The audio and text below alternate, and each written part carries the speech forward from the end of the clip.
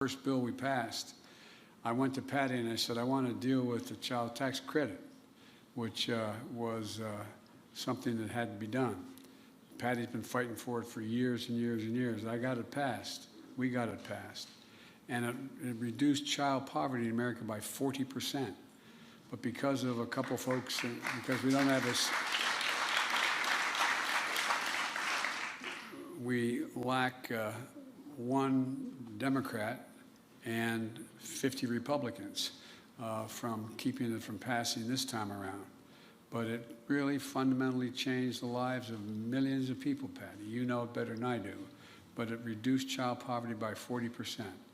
And she talked about earlier about the cost of child care. I was a single dad for 5 years when my wife and daughter were killed in an automobile accident.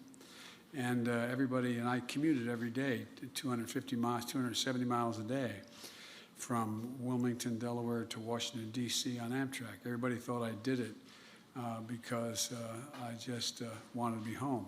That's true, but I did it because I couldn't possibly afford child care. I was a United States Senator. I had the dubious distinction for 36 years of being listed as the poorest man in the Senate, but I was making a lot of money as a senator from my perspective. And I didn't think I should be making any money other than my salary as a senator. And I could not possibly afford, even back in 1972 and 3, I could not afford child care. That's why I went home every single night, over 200,000 miles worth of my career. And folks, there's easy answers. There's easy answers. We can do all that Patty and I and others have been talking about, and not one person in America making less than $400,000 a year will see a single solitary increase in their taxes. Not one, not a single increase. And folks, you know, I sometimes am called by some of my interesting Republican friends, Democrats are all socialists. I'm a capitalist. And I think if you can make $1 billion or $1 million or $100 million, you should be able to do it. But pay your fair share. Pay your fair share.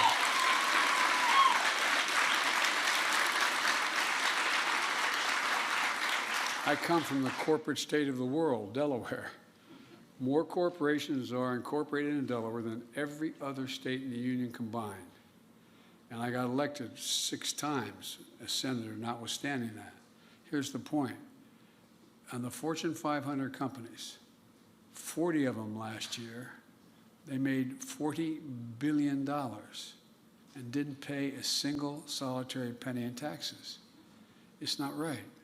It's just not fair. All they got to do is just pay a fair share. And we can do all of this and so much more, but that's not what my point of being here tonight, or today, I should say. And Senator Cantwell, she's been a champion in this state to keep playing the bipartisan infrastructure law and delivering high-speed internet all across the state of Washington. And because we're going to outcompete the rest of the world. She understands how we do it. We got to have you have access to that information. Think about it. During the pandemic, how many of you parents had to drive your kids into a McDonald's parking lot to get on the internet to be able to do your homework? Not a joke. This is the United States of America, for God's sake. The United States of America. Because of this lady and others, we are going to see to it every single place in this country, rural, urban, and suburban, has access to high-speed internet.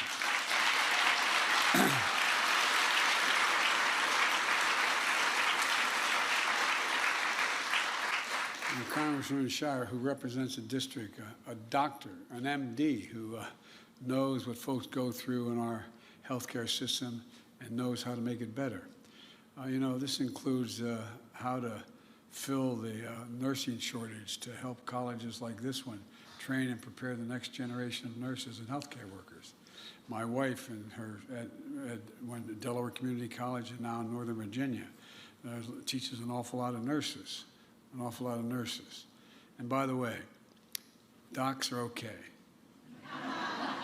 I've been a significant consumer of health care in my career. Unfortunately, I was hospitalized for the better part of 7 months with 2 cranial aneurysms and an embolism, and My son Bo came back as a decorated war hero from Iraq after a year of stage 4 glioblastoma, and spent 15 months at the end just hanging on. And you know, doctors let you live. Nurses, male and female, I'm not joking, any of you in nursing programs, they make you want to live. Not a joke. Not a joke. I think it's the single most underrated profession in the United States of America. I really mean it.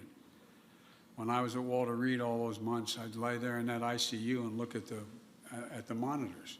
And you know, if any of those lines go flat, you're in trouble.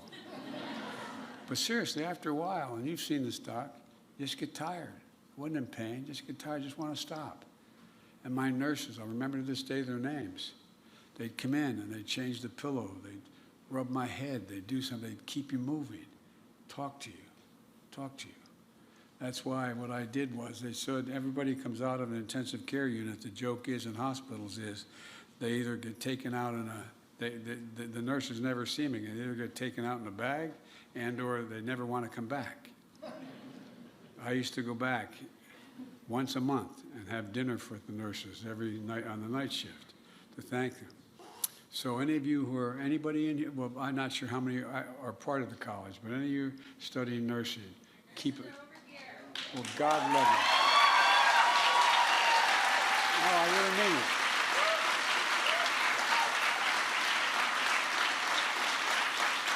And I don't want to disappoint you because the male nurses are as consequences of the female nurses, okay? Not a joke. And so anyway, I just wanted to mention that, and I want to thank Congresswoman Kilmer and for the nearby district, the 6th district, I guess. He's leading the charge in the economy to make sure that we leave no community behind. And we're also joined today by Larson and I know. You're going to, no, I got it. Del Bene, who's a real champion for working families. And while she couldn't be here today, Congresswoman Jayapal is doing an incredible job in the state. She's visiting. She's been a great partner of mine and worked really close with me. And she's visiting her family now, and she'll be back shortly. But folks, we're all laser focused on lowering the costs for you and your families across the board. And a big way to do that is lower the cost of health care. Health care, especially in the area of prescription drugs. The governor in this state has already gotten insulin down to $35 for, I guess it's a year you've done it so far. Is that right? Well, either early this month, President Obama came back to the White House. He's a good friend. He came back to the White House for the first time in a long time to celebrate the 12th anniversary of the Affordable Care Act.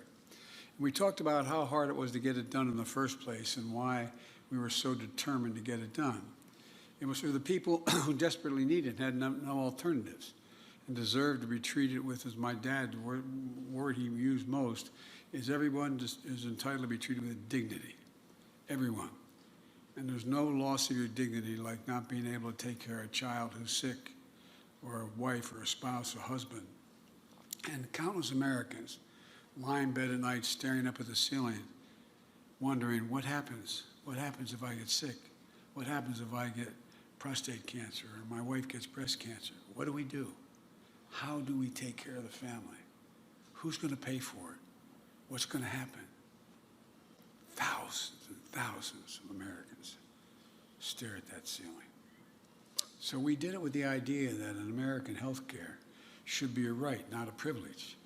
And well, with the help of the leaders here at a federal and state level, we began to make some good on the proposition of fighting and defending and improving the Affordable Care Act after it got passed.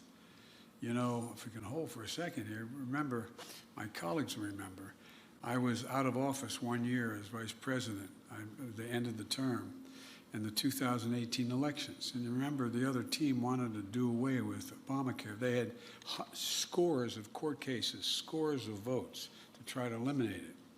But what happened was a lot of people didn't, Barack is kind of a humble guy. And I used to say to him after we won that Affordable Care fight, I said, you ought to take a victory lap. Let people know what happened. He said, we don't have time. We don't have time. Oh, guess what? I went into 58 races that year to campaign where there was an incumbent Republican and a Democrat running. I only went to Republicans who wanted to eliminate the Affordable Care Act. And what I pointed out was, if in fact that Republican won that year and they took back to Congress, what was going to happen? Anyone with a pre-existing condition could not get coverage again. Not just an Affordable Care Act, but couldn't get coverage in your personal insurance you paid for. And all of a sudden, people went, whoa, we won 44 of those races. On the one thing, knowing they were going to eliminate the idea that if you have a pre-existing condition, you couldn't get coverage. Now you can under the Affordable Care Act. Within the first months of my administration, we passed the landmark American Rescue Plan, a law that not only helped us get COVID-19 under control and our economy back on track, but got millions of people more insured under the Affordable Care Act. We made it easier for people to sign up for coverage in the middle of the pandemic. We opened a special enrollment period and gave millions of Americans more time to enroll in the Affordable Care Act. We quadrupled the number of navigators out in the communities helping folks know how to sign up to get the coverage. And here in Washington State, about 240,000 folks signed up for ACA coverage just last year, an additional 240,000. And we're continuing to expand Medicaid in states. You know, there were a total of 36 states who said we're going to cover, even though the federal government say we're going to cover it for free in the beginning, and they have to eventually sign on to help pay for it. Well, we added 2 more states. That's millions of people who have now Medicaid coverage. Over 31 million Americans now have health insurance through the Affordable Care Act. And that includes